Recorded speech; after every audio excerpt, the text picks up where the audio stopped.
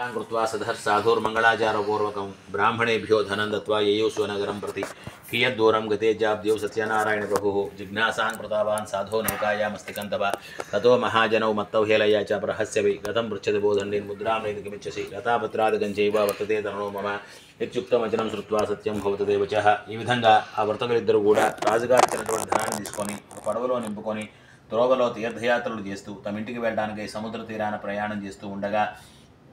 ఆ స్వామివారు మారువేషంలో ఒక సన్యాసి రూపాన్ని ధరించిన వాడై ఆ వర్తకులకు ఎదురుగా వెళ్ళేసేసి, ఓ వర్తకులారా, మీ పడవ ఎందున్నటువంటి సామాన్లు ఏమిటయ్యా అని చెప్పేసి ప్రశ్న వేయగానే ఆ వర్తకులిద్దరు కూడా ధనగర్వముతో ఉన్నవారు కావున ఆ సన్యాసిని చూసి పరిహాసంగా నవ్వుతూ, ఓ సన్యాసి, మా పడవలో ఏముంటే నీకెందుకయ్యా, మా ధనాన్ని అపహరించడానికి ఆలోచిస్తూ ఉన్నావా? నువ్వు అనుకున్నట్టుగా మా పడవలో ధనసంచులు ఏమీ లేవయ్యా, ఆకులు అలములు పండ్లు కాయలు ఉన్నాయని చెప్పేసి ఆ వర్తకులిద్దరు కూడా అసత్యమాడారట ఆ స్వామివారితోటి. ఆ స్వామివారు కూడా అట్లే ఇవ్వక అని చెప్పేసి చిరునవ్వుతోటి అక్కడ నుండి వెళ్ళి ఒక చోటు కూర్చొని విశ్రాంతి తీసుకుంటున్నాడట అడవిలో. అయితే వర్తకులిద్దరు కూడా ఆ సన్యాసి వెళ్ళిపోయిన తర్వాత పడవను ఒడ్డును చేర్పించి వెళ్ళి కాల కుర్చాలు నెరవేర్చుకుని వచ్చి పడవలకు వచ్చి చూసి తెల్లబోయారట. వాళ్ళు వెళ్ళేటప్పటికల్లా ధనసంచులతో బరువుగా ఉన్న పడవ కాస్త తిరిగి వచ్చే సమయానికి అవన్నీ కూడా అదృశ్యమైపోయి వారు ఏమైతే చెప్పారో ఆ సన్యాసితోటి అవన్నీ కూడా పడవలో ఉండిపోయాయట. దాంతో ఈ వర్తకులిద్దరు కూడా ఆ దృశ్యాన్ని చూసి మూర్ఛిల్లి కొంతసేపు తెలివి తెచ్చుకొని విలపిస్తూ ఉంటే ఇంతలో అల్లుడన్నాడట మామగారితోటి, ఇప్పుడు బాధపడి ఏడ్చి ప్రయోజనం ఏముందయ్యా, ఇందాక సన్యాసి ఎవరు శపించాడు కాబట్టి ఈ విధంగా జరిగింది, ఏం చేసినా కూడా సన్యాసి చేయాలి కాబట్టి మీరు వెళ్ళి ఆయన ప్రార్థించండి అయ్యా అని చెప్పి చెప్పగానే ఆ మాటలు వెంటనే ఆ యొక్క వర్తకుడు ఆ అల్లుని మాటలు లజవేసి గ్రహించిన వాడి పరుగున అడవికి వెళ్ళి గొల్లల చెంత సత్యదేవుని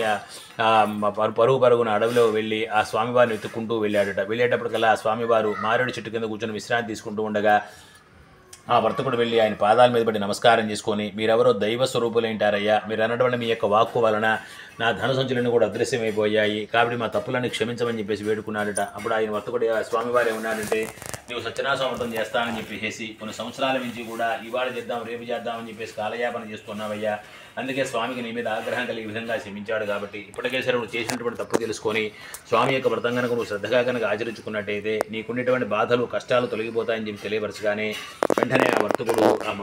మారువేషంలో ఉన్నది సాక్షాత్ విష్ణుమూర్తి స్వరూపం అని చెప్పేసి తలుచుకొని ఆయన పాదాల మీద పడి నమస్కారం చేసుకొని, అయ్యా మిమ్మల్ని బ్రహ్మాది దేవతలే గ్రహింపజాలేకపోయారు, ఇక నేనంత వాడినయ్యా మానవ మాతృణ్ణి కాబట్టి అవివేకులే మీతో పరిహాసంగా మాట్లాడి మిమ్మల్ని అవమానపరిచాను కాబట్టి మా తప్పులని క్షమించండి అయ్యా అని చెప్పేసి వేడుకున్నాడు. వెంటనే ఆ స్వామివారు కూడా ఆ వర్తకుని తప్పులని కూడా క్షమించేసేసి ఆ వర్తకుని ధనమంతా వచ్చుడుగా వరమిచ్చేసేసి అక్కడికక్కడ అంతర్ధానమైపోయాడట. దాంతో వ్యాపారస్తులు మరలా పడవనికి చూడగా పూర్వం ఉన్నటువంటి ఆకులు అలమలన్నీ కూడా అదృశ్యమైపోయి ధనసంచులన్నీ కూడా పడవలో కనిపించాయట. అది చూసిన వెంటనే ఆ యొక్క వర్తకుడికి అంతా కూడా సత్యనాశం మరి మహత్యమే కానీ మరొకటి కాదని చెప్పేసి తెలుసుకొని ఆ స్వామికి మనసులో నమస్కారం చేసుకొని మరలా తన నగరానికి వెళ్తున్నాడట. అయితే కొంత దూరం వెళ్ళిన తర్వాత ఒక దూతను పిలిపించి దూతతో అన్నాడట, మాకన్నా ముందుగా మా నగరానికి చేరుకొని మా యొక్క రాకని నా భార్యకి కుమార్తె కూడా తెలిపి వాళ్ళిద్దరిని సముద్ర తీరాన్ని తీసుకోమని చెప్పేసి ఓ దూతను ముందుగా పంపించి వేశాడట. అయితే ఆ దూత వెళ్ళేటప్పటికల్లా లీలావతి కళావతి ఇద్దరు కూడా ఇలానే బ్రాహ్మణ విధిలో సత్యనాశం వ్రతం జరుగుతూ ఉంటే అక్కడ కూర్చొని స్వామి యొక్క పూజ అంతా కూడా చూసి అయిపోయిందిరా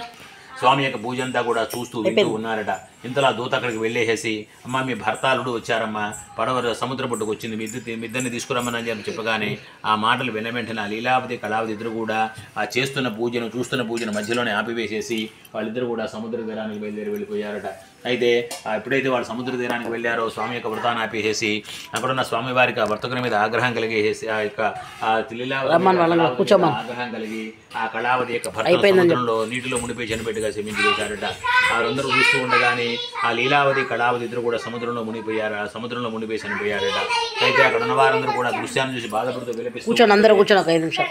ఆ లీలావతి కళావతి ఇద్దరు కూడా సముద్ర తీరానికి చేరుకున్నారట. ఆ చేరుకునే సమయాన్ని కళావతి యొక్క భర్త నీటిలో మునిపోయి చనిపోయాడని చెప్పి అక్కడ ఉన్న వారందరూ కూడా తెలియపరచగానే ఆ దుర్వార్త వింటూనే ఆ కళావతి కూడా నా భర్త చనిపోయిందిరా నేను మాత్రం ఏం చేస్తానని చెప్పేసి ఆమె కూడా చనిపోవడానికి సముద్రంలోకి వెళ్ళబోతూ ఉంటే ఆ అమ్మాయి తండ్రి వచ్చేసేసి, అమ్మాయి అంతా కూడా సత్యనాశం మరి మహత్యమే కానీ మరొకటి కాదమ్మా, కాబట్టి మనం తప్పకుండా స్వామిని కొలుసుకుందామని చెప్పేసి అనుకుంటూ ఉండగా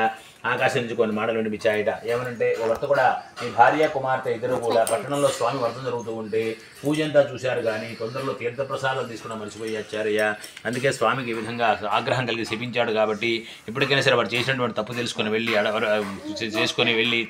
వెళ్ళి ఆ స్వామి యొక్క పూజా స్థలంలో స్వామి యొక్క తీర్థప్రసాదాలు స్వీకరించి వచ్చినట్టయితే మీ చనిపోయినటువంటి మీ యొక్క అల్లుడు జీవించి ఉంటాడని చెప్పగానే ఆ మాటలు వెంటనే లీలావతి కళావతి వాళ్ళు చేసిన తప్పు తెలుసుకొని పరుగున పూజా స్థలానికి వెళ్ళి ఆ స్వామి యొక్క తీర్థప్రసాదాలు స్వీకరించి మళ్ళా సముద్ర తీరానికి వచ్చారట. ఎప్పుడైతే స్వామి తీర్థప్రసాదాలు స్వీకరించి వచ్చారో ఆ స్వామి యొక్క అనుగ్రహం వలన ఆ చనిపోయినటువంటి అల్లుడు కూడా బతికి ఉన్నాడట. దాంతో ఇదంతా కూడా స్వామి మహత్యం తెలుసుకున్నటువంటి ఆ కళావతి తండ్రి దగ్గరకు వెళ్ళి సముద్ర తీరాన్ని స్వామి వ్రతం చేసుకుందామని చెప్పేసి చేసుకుని వెళదామని చెప్పి చెప్పగానే అతను కూడా అంగీకరించిన వాడి దూతను పట్టణాన్ని పంపించేసి వ్రతానికి కావాల్సినటువంటి అరటి పండ్లు, ఆవు నెయ్యి, ఆవు పాలు, గోధుమలుగా పంచదారన్నీ కూడా ఆ పూజా ద్రవ్యాలతో పాటుగా పురోహితుని కూడా వెంట పెట్టుకొని వచ్చి అందరూ కూడా కలిసి చక్కగా స్వామి వ్రతం ఆచరించుకొని తీర్థప్రసాదాలు స్వీకరించి అందరూ సుఖంగా ఇల్లు చేరుకున్నారట. అది మొదలుకొని ఆ వర్తకుడు బ్రతుకున్నంత కాలము కూడా ప్రతి నెల ప్రతి సంవత్సరము కూడా స్వామి వ్రతం ఆచరించుకుంటూ సుఖ సంతోషాలు భోగభాగ్యాలు కూడా అనుభవించేసి అంత్యమైన స్వర్గలోక ప్రాప్తిని కూడా పొందాడని చెప్పేసి మనకి స్కాందరేవా ఖండంలో సత్యనారాయణ వ్రత కథలో 4వ అధ్యాయంలో తెలియపరిచారు.